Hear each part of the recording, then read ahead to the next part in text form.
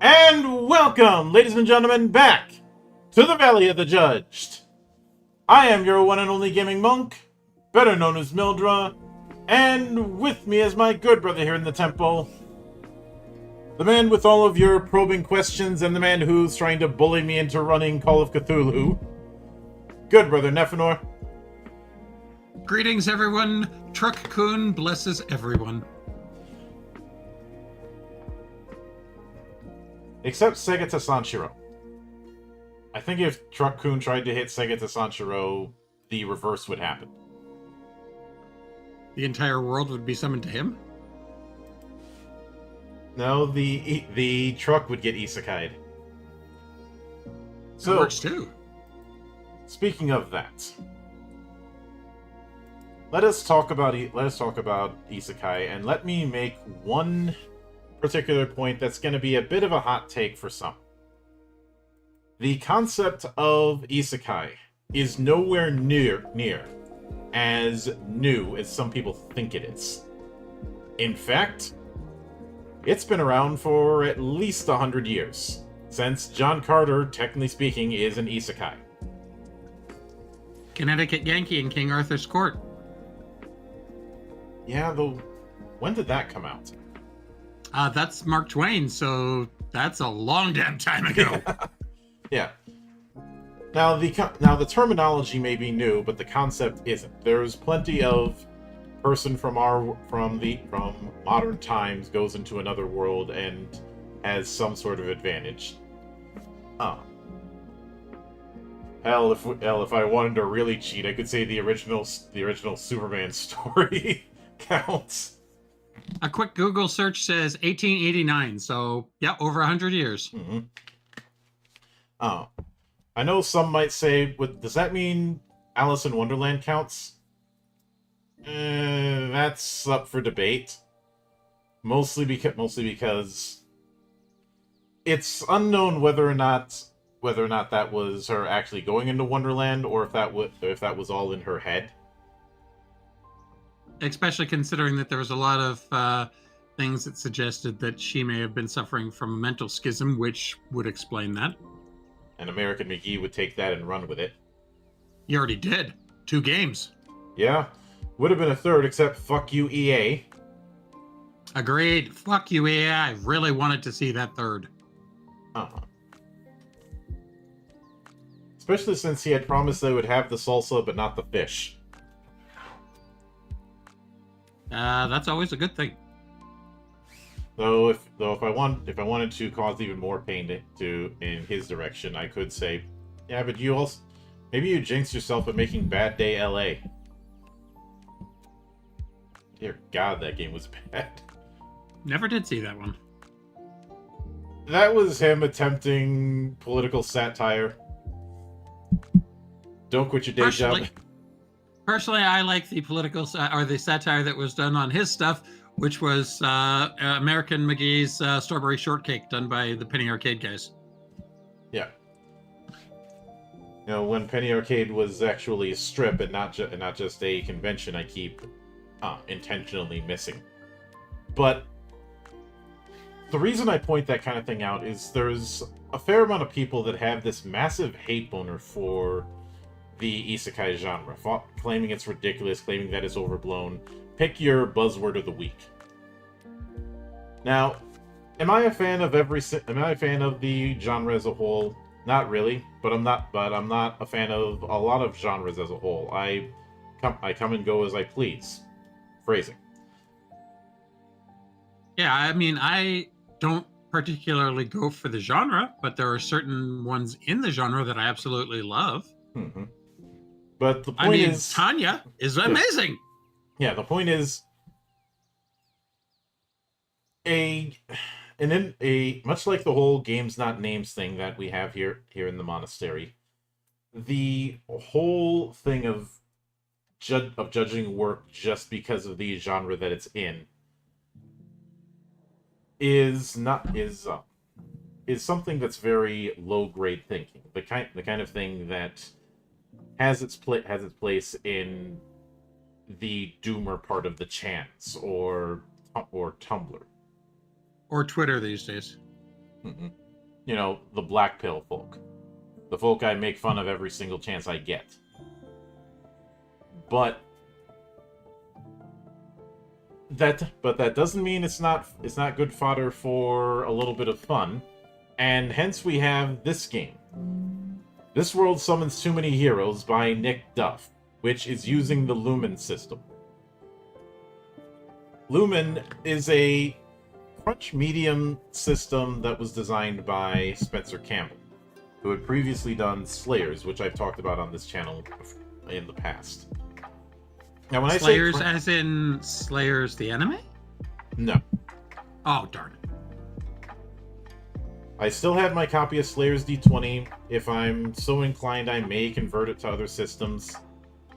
Although I'd have to rewatch a bunch of the more recent Slayers seasons, because obviously Slayers D20 is way out of date. And really the main thing I'd be taking out of it is the magic system. But the Lumen system, like I said, is crunch medium. Though really it's more light medium if you're to use the spectrum. Like if you were to have medium at a, if you were to have a crunch medium at a 5, crunch light at a 1, and crunch heavy at a 10. Lumen is a 3. As far as what would be a 1, probably something like Fate. Fate or PBTA would be 1. This has a little bit more depth than the full narrativist games, but not a whole lot. There is still a bit of beer and pretzels with the Lumen system. And I needed an excuse to talk about a Lumen game, and this is the one the wheel landed on. Now, obviously, this isn't developed by Spencer Campbell, but just using his system. And as I kind of hinted at, this is going to be a very light affair. I mean, the book itself is only 41 pages. But it opens... I do want to read a bit of the background when it comes to the setting. Although saying its setting is a bit generous. 10 years ago, the kingdoms of Sera banded together to create a spell that could end the apocalyptic threat posed by the Crypt Lord, a demigod leading an undead army across the continent. Wait a minute, didn't we deal with this when we threw that guy's head into that giant hole? Wait, wrong series.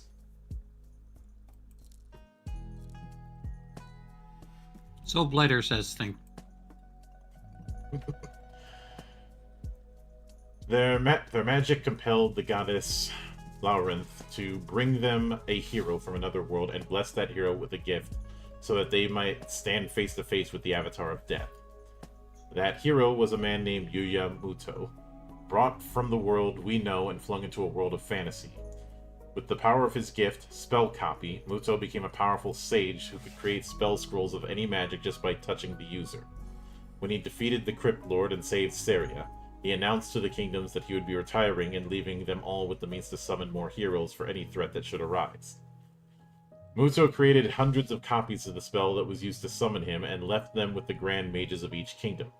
However, as soon as Muto had retired to the mountains, fighting broke out over the scrolls. Nations waged war for control of them. Thieves and black market dealers stole as many as they could, and even the royal grand mages used them for their own selfish means.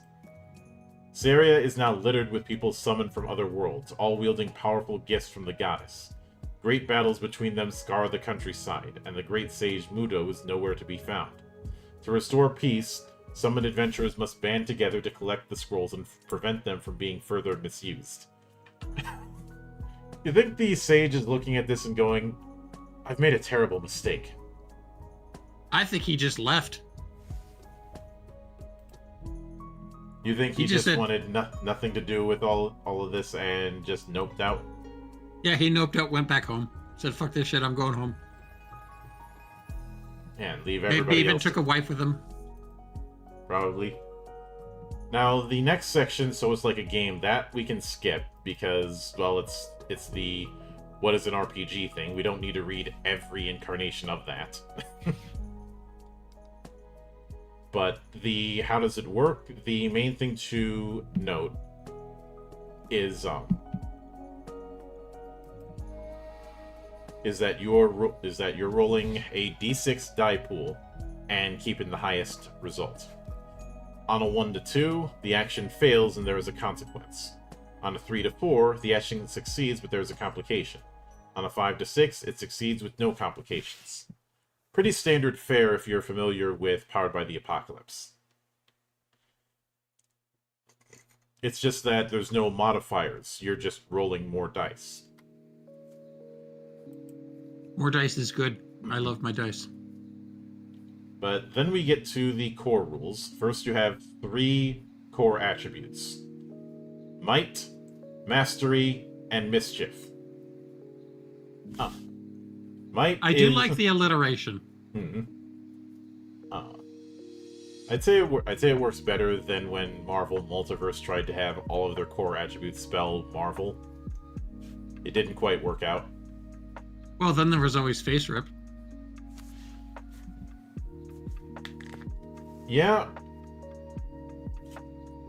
and I like face rip.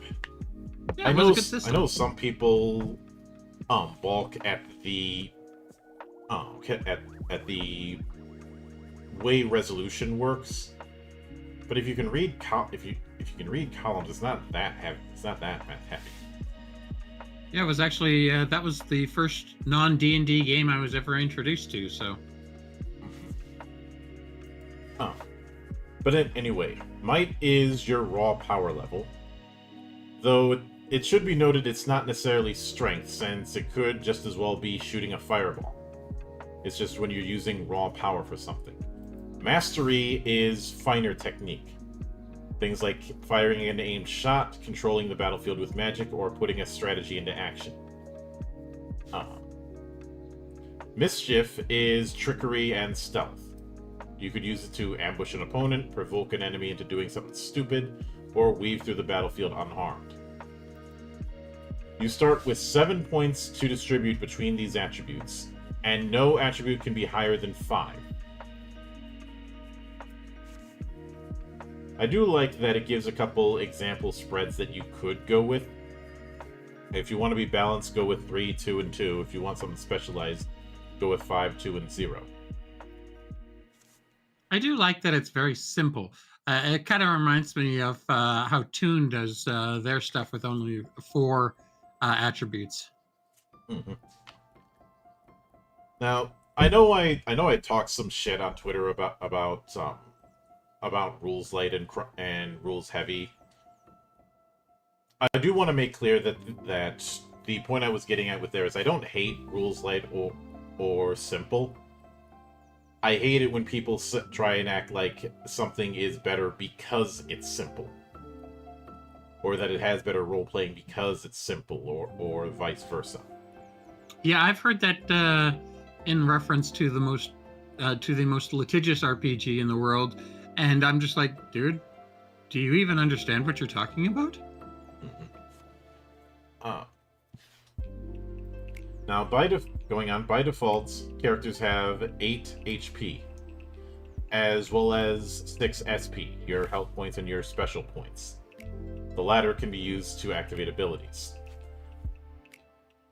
Defeating enemies can give you back HP or SP, or earn materia, which you can spend on buying or upgrading weapons.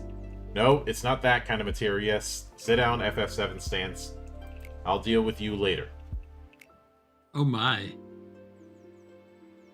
There's also the note that your highest attribute will decide what table you roll on to receive your gift from the goddess. I think that's why it's at 7 points, so that you can't do a completely even spread. One of them is going to have to be bigger than the others. Well, technically no, because you can always go, for example, 3-3-1. Then you've got 2 tables, so... But, moving past that, then we have the character creation checklist. Choosing an archetype, choosing a class, locking in your attributes, and receiving a gift. Now, each of the archetypes has a brief description, choosing one ability, and then one of 3 classes. And there are a lot of classes, but classes are not as extensive as they might be in more crunchy games.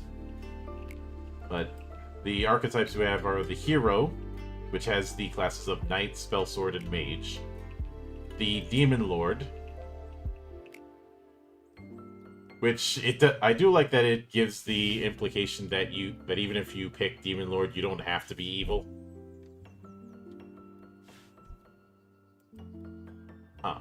The classes for that are Vampire, Necromancer, and Black Knight. Who always triumphs. He had a good effort. He deserves a hand. How about that one? And a leg. Let's see. The Experiment, which has the classes of Assassin, Berserker, and Blood Mage. The Reincarnated.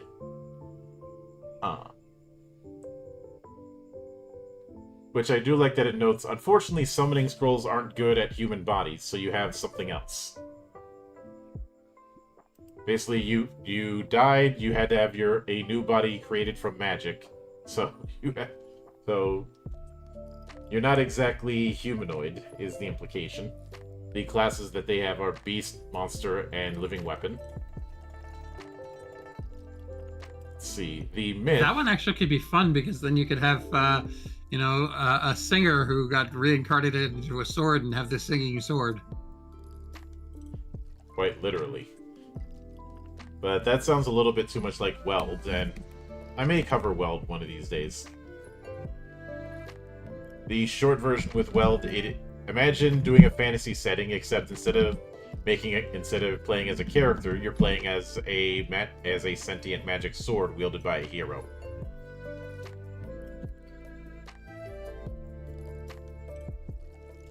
But then we have the myth. This one I do want to read in detail because it is something a bit specific. The myth is actually two people. One person is summoned to this world and a powerful spirit from the past who lives inside their body. Only someone with the rare Sage class can perform this kind of summoning, and it's rumored that Muto himself is secretly creating these paired warriors for some unknown goal.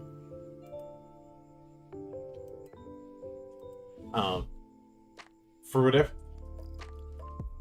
I can't help but think of Yu-Gi-Oh! When it comes to that description. So, in other words, they want to get ready to duel? Too obvious. But I suppose Hikaru no Go could be used as well, or, more accurately, Shaman King. Well, you did fall for my trump card. Mm-hmm. But then we have the Bystander, who is the right place and wrong time.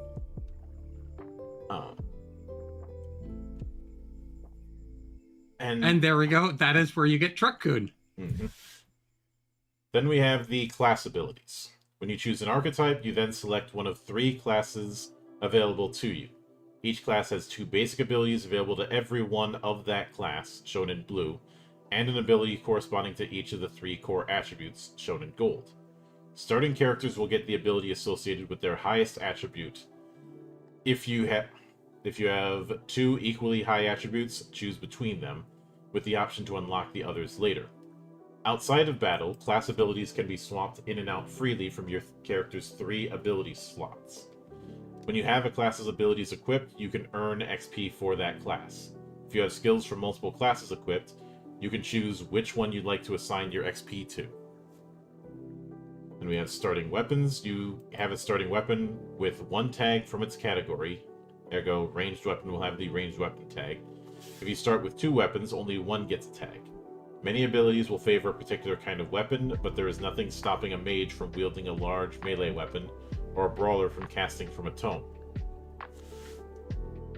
We have Muscle Wizard. I do love the idea of Muscle Wizards. That's always been a hilarious one to me. Yes, I've played Muscle Wizards in the past who basically was a way for me to do a Hans and Franz impression. I am here to buff you up. And would literally cast spells by flexing. So Armstrong with magic. Well, technically Armstrong has magic, so wow. Yeah, it's just his magic is punch. Yes, it's the Armstrong Special School of Alchemy. But, see, after that is experience. Rather than different enemies being worth a certain amount of experience, players should gain 1 XP for every time the GM has changed the battle during that combat encounter, or roughly once per round. You can apply this to tasks outside of combat as well. If a task is straightforward, then it won't earn XP. But for every significant complication that comes up, you should consider awarding the players a point of XP. So in other words, botched rolls can actually get you XP. Gee, that's always a good thing. I love it when games add that in because it's so useful. That, and I'm glad that XP is not tied to encounters per se, since I tend to play fast and loose when it comes to the whole XP thing, as you learn during the whole sword world thing.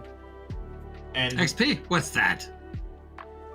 a big reason for that is I like to have a bit more control over when people actually advance. You can blame it on my AD&D days where I had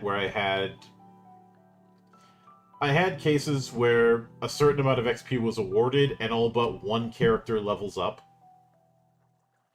because of the whole differing XP thresholds that AD&D was doing.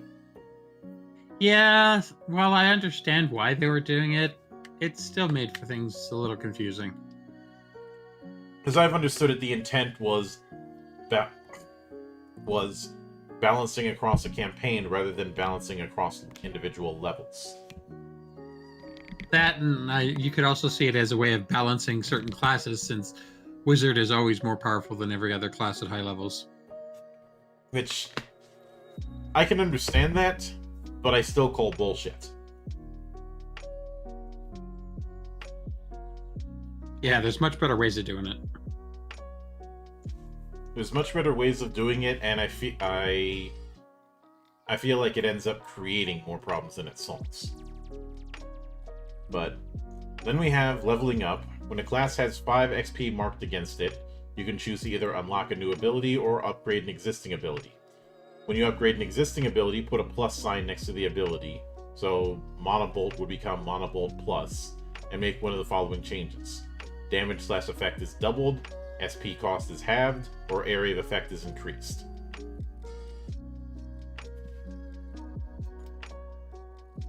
Manibolt plus, all 3! Then we have multi-classing. For a player to gain a new class, they must find an NPC with the Class Trainer trait. For classes like Hunter or Knight, these NPCs will likely be found in nearby towns and may ask for favors in exchange for teaching their class to someone. More exclusive classes might involve long quests or might be inaccessible to someone without a certain form, like Living Weapon. And then, of course, when it comes to other class trainers, like Vampire, they just suck. Yeah. I've seen this kind of thing of, oh, you need to talk to certain NPCs, which has its place, though I've always been iffy about having that as the default means, because it's assuming that the campaign is going to allow for it. And honestly, experience, as in doing things, is always the best teacher.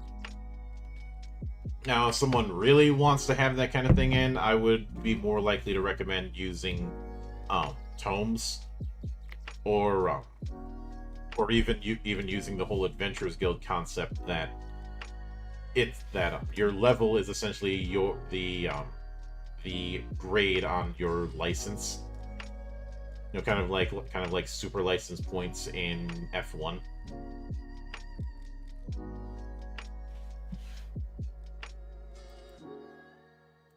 But I can see that. Yeah, I can see that working.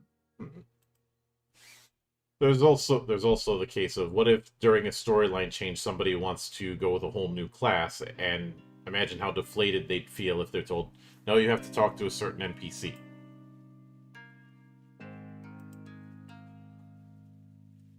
I realize that this is one of those things that a canny GM is going to figure out, but it's a principle thing for me. Especially since the whole, a decent GM will be able to figure that out, is one hell of an assumption to make from a design perspective. Yeah, never assume that the GM will figure it out. Always give some kind of guidance. Mm-hmm. But then we have the classes. Starting with the Assassin, which starts with 2 small melee weapons. You can and 2 asses. Mm-hmm. So you can either take Shadow Butcher. When you attack with a small melee weapon, dice rolls of 2 are counted as a 3 or 4 result. That's very nice. Or Stealth Mode. Spend 2 SP. Enemies outside of close range cannot target you until after your next attack. That's a pretty nice way to handle stealth. And depending on whether Might, Mastery, or Mischief is your highest ability, you get either Leaping Takedown, Throwing Knives, or Hidden Blade.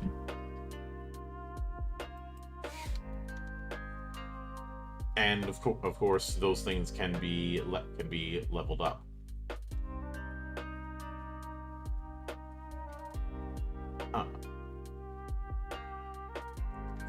Although with some of them, it'd be tricky to see how area of effect or the like would increase.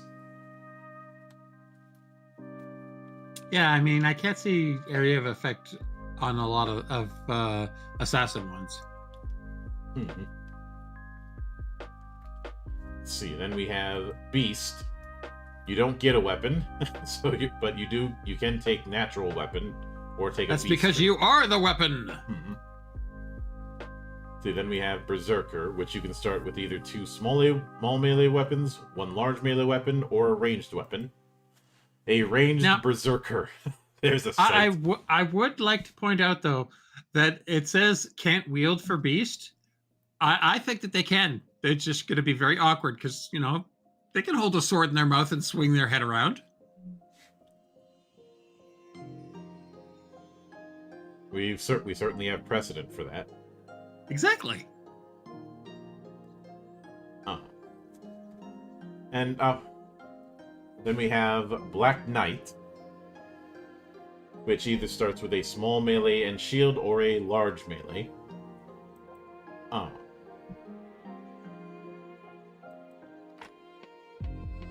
And it is the Black Knight here is not a Final Fantasy style Black Knight. There's not really the casting from HP kind of thing. This one seems more like a Death Knight from World of Warcraft, or a Shadow Knight from EverQuest. Yeah, something like that.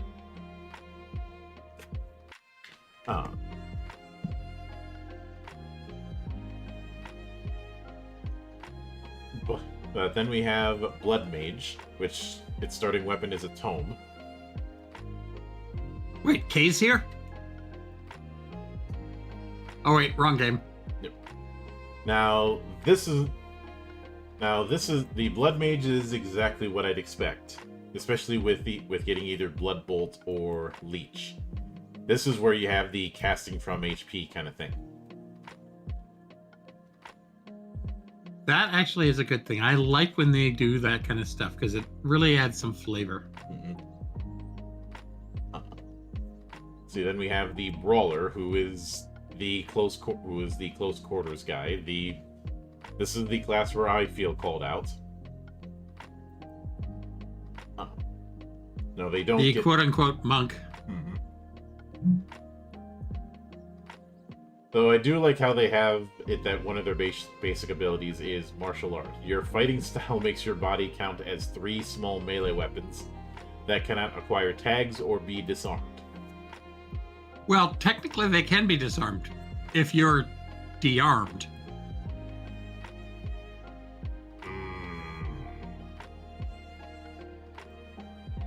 Hey, if you're turned into the Black Knight, you are technically disarmed. Though this is more of a wrestler, given the abilities that it can get for its masteries, rather than a striker kind of monk. Well, I don't know. Powerful Blow kind of feels like a monk ability. I look at that and all I see is clothesline. Well, that, or you can use it as like a monk super strike, a Bruce Lee kind of strike. But see, then we have Healer, self-explanatory. They are the White Mage. In fact, one of their basic abilities is called White Magic. So, not to be confused with Redo of Healer, which is a completely different healing style. Yeah. Let's see. Then we have Hunter, which is I'd say would be the Hunter from World of Warcraft, just without the pet. Actually, it's kind of the Ranger. The Lord of the Rings Ranger, not other Ranger. I the only thing in Game of Thrones that I found interesting, the Night's Watch. Yeah, actually, that's a good one too.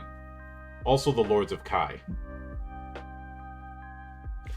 Now I take that back. The Lords of Kai did a bunch of weird stuff that you couldn't really put into one class in a traditional class system. But then we have the Knight, who's the good old sword and board. If you want to do paladin shit, there one way that can be done. I do appreciate the fact that they actually put the chess pun in one of the abilities. Yep, checkmate. Huh. Considering it usually is a knight who does a checkmate, it kind of fits. Yep. Then we have Living Weapon. Iron Fist, is that you? No, unfortunately not. Oh. And since one of the abilities is weapon form, this is a case where the whole you can't wield a weapon because you are the weapon is quite literal. If I had to use a more weeb example, I'd say Soul Eater. You know, actually, the funny thing is, I just thought of a movie that has two living weapons in it. Who Framed Roger Rabbit? Had both the singing sword and it had the bullet, the thinking bullets, the dum-dums. Yep. Let's see, then we have the Mage. Which... this is one of those cases where we have a mage who is not going to annoy me by being the answer to everything. I like the fact that it's got GigaCast. And it's actually land an attack with your tome. It makes it sound like you're hitting the guy over the head with your tome. Mm-hmm. Which you probably could be doing. Then we have Monster, which is exactly what you think it is. Though I do like that there's a degree of dirty fighting with its mastery abilities. Mob Boss, that is good. And we have... and should you want to, you could even do it as Monster Girl and make it a completely different kind of isekai. Yeah. Then we have Necromancer, which is exactly what exactly what you'd expect it to be. Not to be confused with vampires who are necromancers. The Clan Finn already beat you to that one. He's literally using that as the title for one of his books. That's one of my favorite jokes. See, then we have Phantasm, which says fights with a spectral warrior at their back. Why am I thinking of a sand user? Yeah, that kind of works. See, then Saber, which says... well, actually, there's two from that show that could technically be considered phantasms. And they didn't even try to hide it because, for reasons unknown to the Sarian locals, they tend to refer to their warrior as a stand. Weren't even trying to hide it. Nope, they weren't. But imagine the absolute horror if you have any of the JoJo family isekai'd into a fantasy setting, especially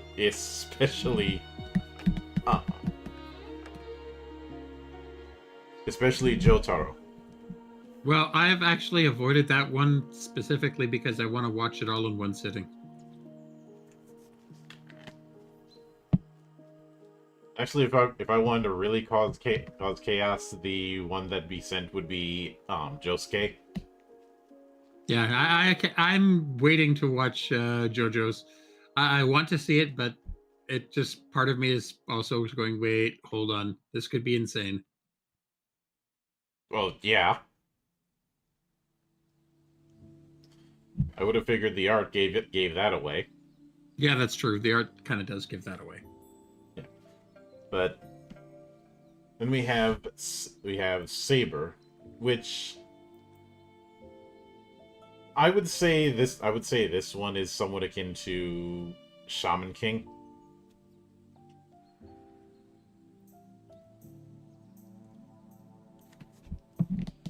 Since it talks about drawing upon the martial expertise of a weapon master from history or legend, letting their spirit energy guide their movements. Yeah, that actually makes sense. Mhm.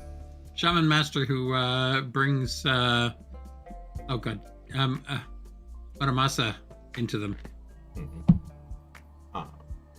See, then Spell Sword, which is your Gish character setup, just with spectral weapons.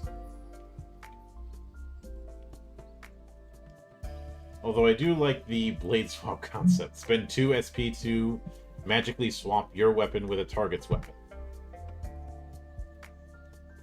That one is kind of amusing. Mm-hmm.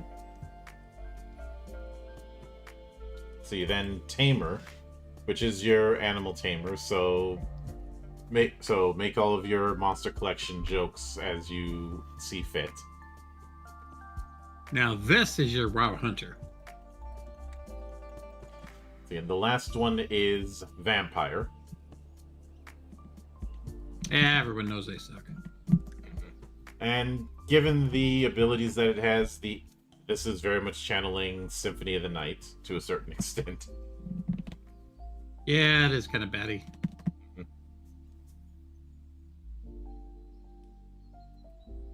But then you have the gifts. I do find one thing interesting with the vampire, though, and that quite literally, the goddess who blesses them also is one of their weaknesses, because water blessed by her will actually hurt them. Hooray for loopholes in summoning. Yeah, that one's just like, okay, she blesses you with something, but by the way, she also curses you. I know we make the jokes about the dice gods giveth and taketh away. But in that case, that's literal. But it goes on to say the terms of a summoning scroll are as follows. Laurynth, the goddess of reincarnation, will reach to a world beyond Saria and seize a soul from the other side. To ensure that soul is fit to survive on the other side, the goddess will grant them a special trait known as a gift, which will help them face the challenges of this world. Gifts do not need to be equipped as abilities, they are innate to your character. Characters cannot gain new gifts, just as they cannot lose the one that they have. Your gift is chosen based on your highest attribute, and you're encouraged to roll it randomly on a d6 dice. For many summoned heroes, their gift is the secret trump card they keep in their back pocket. Others flaunt their gift openly, hoping to intimidate others, that's some weird formatting, into thinking twice before messing with them. Gifts are not limited to those listed here, and GMs are encouraged to introduce summoned NPCs with a wide variety of weird and wonderful gifts. Let's see, with the might gifts we have Save Point. When you die, you're taken back to the last point in time where you're somewhere safe. Nobody but you remembers what happens. Master Slot. Whenever a class ability is equipped in your top ability slot, it is treated as though it has been upgraded. This can stack with upgrades. Dual Wield. All weapons can be dual wielded as if they were small melee weapons. Dual wielding great swords time, baby! Woo! EXP bonus. Whenever the party gains experience, you get bonus experience points equal to half the party total. Death Roulette. When your SP is full, you can spend it all at once to roll a d6 die. On a 5 to 6, you can instantly kill an enemy of your choice. And Stomach Resistance. You can eat any object without getting sick. This includes weapons, after which you can make unarmed attacks with any single tag from a weapon you've eaten before. That one is hilarious. Let's see, then Mastery Gifts. No fog. You can use your mind's eye to view anywhere in the world from an aerial perspective. Appraisal. You can see the stats and abilities of any person, monster, weapon, or object. Limit Breaker. When you unlock a class, you can take the Might, Mastery, and Mischief skills immediately. Infinite Storage. You have a storage skill that can hold an infinite amount of material. Invincibility Frames. You can avoid a number of enemy moves against you equal to the number of abilities you have activated on your turn. And Extra Slot. You have a 4th slot for active class abilities. I do love that they had a iframes in there. That's just hilarious. A lot of these seem to be things that they kind of stole from video games, which is great. Wearing the influence on their sleeve. I always enjoy that. Yep. It means that they know what they are and they're not ashamed of it. Mm-hmm. But then we have, for the Mischief gifts, Skill Steal. If you have a spare ability slot open, you can make a Mischief roll to permanently steal a class ability from another character or monster. Shopping Channel. You can freeze time to enter an interdimensional store with a city fortress-sized item shop and an enchanter. Movement Tech. You have a special weapon item menu trick that propels you at long distances at high speed. Out of Bounds. It takes a few minutes to get it right, but you can clip into the environment and enter an out-of-bounds state. Enemies can't detect you while you're... you can become a speedrunner. No clip mode! Jobless. Instead of starting with a class, you can take or gain abilities from any of the 3 classes associated with your archetype. And Coinage. You start with 99 materia.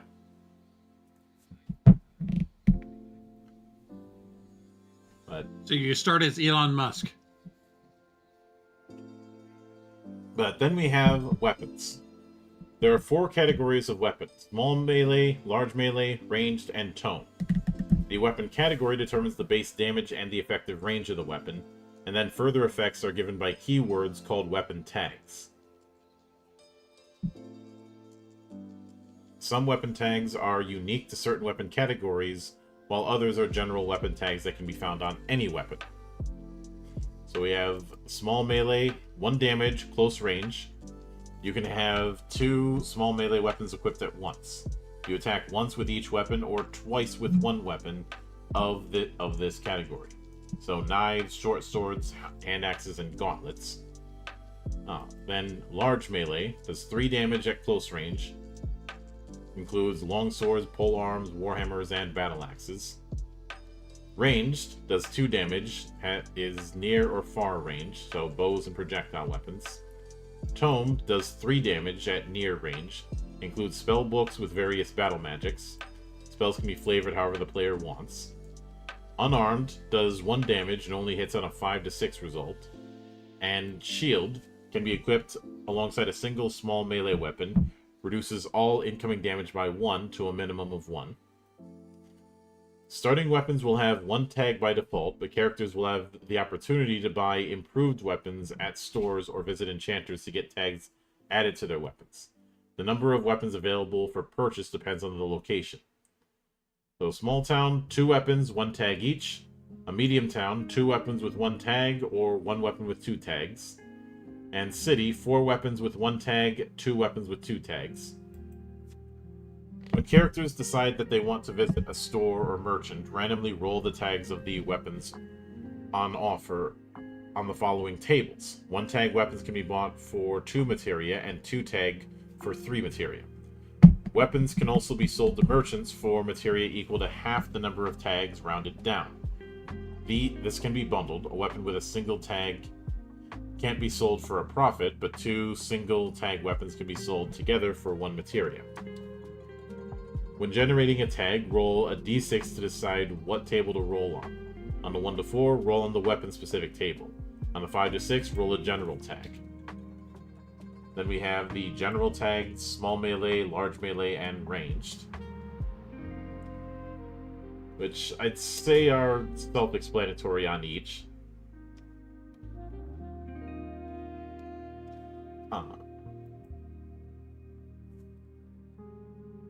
And this is This is not far removed from the tag system that I use. There's just a little bit more to it since it's taking place in a fantasy setting. I am disappointed that there's no Vorpal tag for large melee weapons.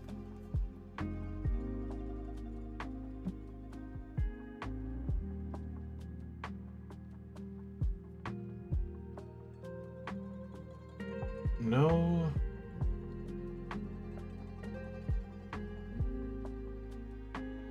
And of course, you should also have that for small rabbit as a tag. But then we have enchanting. NPCs with the enchanter trait can add tags to weapons by consuming silver floating orbs of magical energy known as materia. People summoned from another world are able to sometimes harvest materia orbs from defeated enemies, and they've become the widely accepted trade currency for buying and selling weapons. Enchanters can be found in the medium town or city locations and charge the following standard rates. 1 materia, moving a tag between 2 weapons of the same category. 2 materia, moving a tag between 2 weapons of different categories. 3 materia, opening a 3rd tag slot on a weapon. 5 materia, creating a new weapon tag from scratch.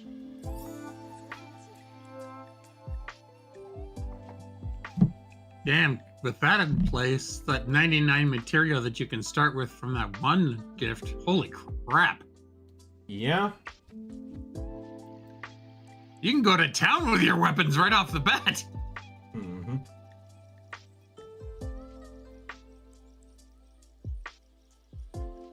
Now, then we move into combat.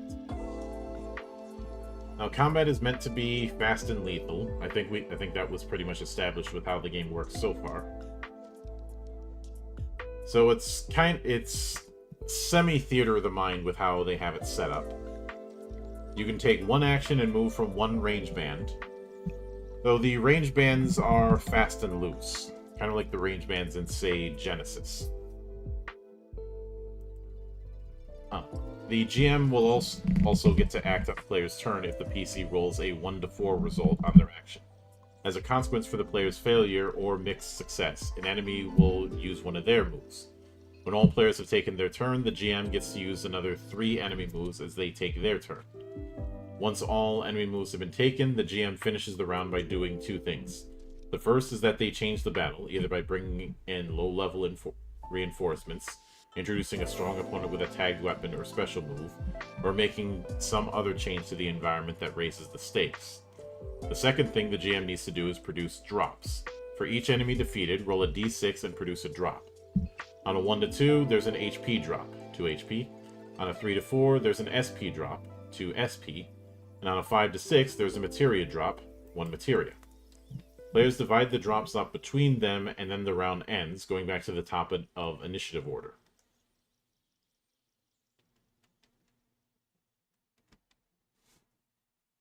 And then it goes into range and movement, which I've already kind of covered. It's very theater of the mind-y. We have restoring health, which works as you'd expect. Taking a rest somewhere restores you to full health. Then harm and death. If you're at 0 HP, you're knocked unconscious for the rest of the round, and your SP is brought down to 0. As long as allies are still standing, at the start of the next round they will get back up with 1 HP, plus whatever HP and SP their allies choose to hand them during the drop phase. If all of them have been TPK'd, they'll be brought before Larenth, the goddess of reincarnation, to bargain for their lives. If she chooses to resurrect them, it will be with all their weapons, materia, and leveled class abilities gone. Damn, that's harsh. I mean, you're not fully dead, so the story's not over, but you are resetting. Yeah, and if you happen to have chosen the gift of getting the 99 materia, that one's gonna hurt. I'd probably have it that stuff is re-rolled, because having it that it's all gone.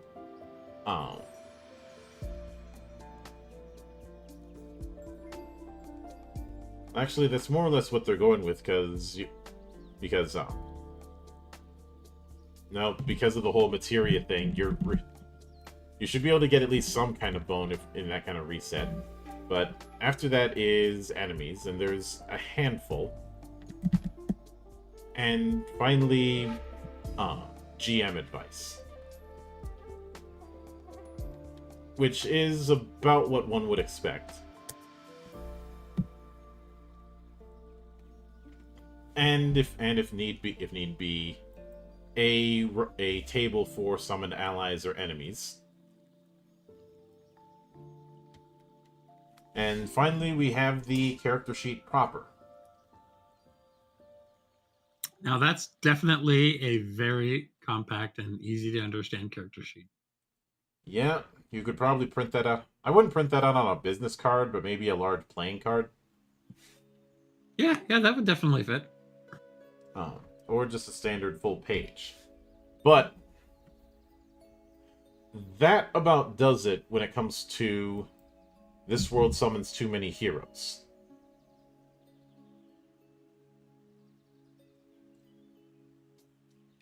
I do like the comedic nature of it. It's always fun to have a comedy one. Yeah. There were a couple expansions that were put out that add some additional classes. But the thing about Lumen is that there's just enough crunch to stick around, but also enough wiggle room to house rule pretty easily. And I think what I like about this more than say PBTA is the fact that the stats actually have some degree of purpose. If you look at a lot of PBTA games, the basic stats are just number go up, and sometimes in some PBTA games it feels like the stats are divorced from the moves. If you catch my drift. Yeah, I haven't had that much of experience with PBTA. The only one I even have on my shelf is Cult Divinity Lost, which a lot of PBTA diehards really hate because they think that the customization in Cult is taking away from PBTA, and I'm like, that's kind of the point, maybe. That, and when people are going to be doing custom versions, they're going to be adding what fits with what it's trying to do. So expecting it to be as dirt simple as some of the early PBTA stuff, that was never in the cards. But I think the big thing, what I prefer with this over, say, playbooks, is the fact that with the class setup and with multi-classing, there's ways to do some in-between builds.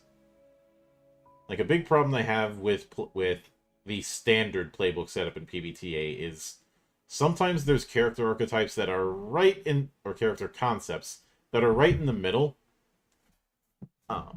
One big example that I point to is when I reviewed Worldwide Wrestling a few years ago.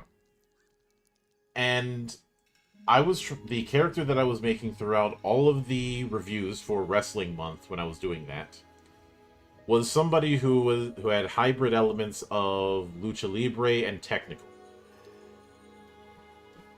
But those are two completely separate playbooks within this system.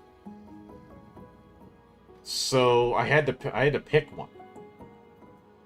And I don't think that's something I should have had to do.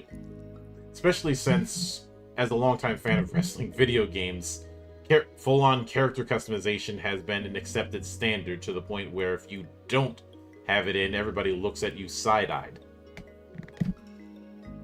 And that's been an established standard since the late 90s. Yeah, that kind of makes sense, and I can't see why you wouldn't put that in a TTRPG. I think what I said at the time for Worldwide Wrestling, and this was before 2nd edition came out, though from what I've seen, it hasn't fixed this problem.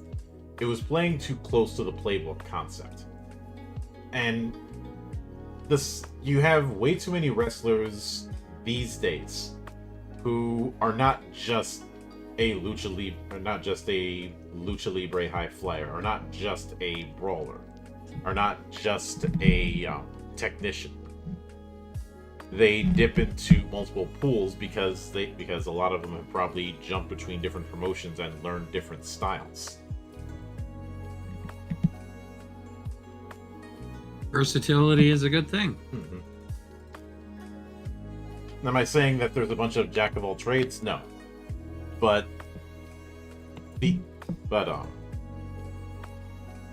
that's something that has to be accounted for. I mean, as much as say the Murder Grandpa is most definitely a technician leaning guy. He's not above getting into striking contests or somebody trying to chop him and he gives a receipt. Remember, there's a reason we call him the Murder Grandpa. What's that, Sonny? You want me to murder him? He's not that bad. But the point is, with this kind of class system, you can have those in-between setups. Especially given how very light the class system in the game is. And you don't have to worry too much about optimization because everybody's going to have the same baseline HP and SP. It's just a matter of how you end up using it. I also appreciate that Might, Mastery, and Mischief are not exactly the standard ability score setup. Yeah, it is kind of different to have it so that Might also applies to, magical power for a mage. Mm-hmm. It means that there isn't exactly the dedicated stat if somebody wants to be a spellcaster, or if somebody wants to be a martial character. All three. Yeah, this one's more about play style rather than specific stat. Mm-hmm. And with all that said, I think if I was grading This World Summons Too Many Heroes in my grading metric, I would probably go with strongly recommended. Especially if you want something a little more beer and pretzel. Yeah, this is great for a one-shot, or where you're just having something to quickly do between two campaigns or something like that, or if there's somebody missing. I think the only problem that we'd have is that some of the way the universal upgrade setup goes, I think some of the abilities don't quite fit it. Or there's some upgrades that don't quite make sense for it.